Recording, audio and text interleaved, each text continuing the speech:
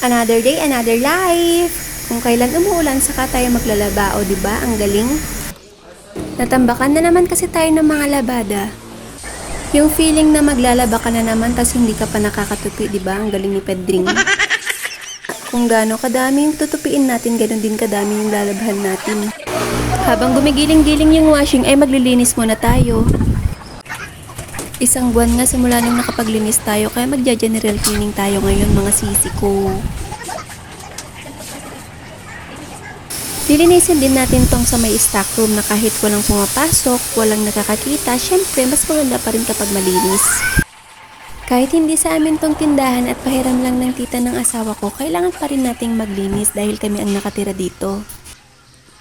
Ayan, natapos din tayo dito sa may stock room. Nakapagtupi na rin tayo. Malinis na rin dito sa tindahan. Nakapaglaba na rin tayo. At dahil napagod tayo, kakain muna tayo ng mais. Walang lasa tong mais kaya lalagyan ko ng asin. Hanggang dito na lang. Salamat sa panonood. Bye!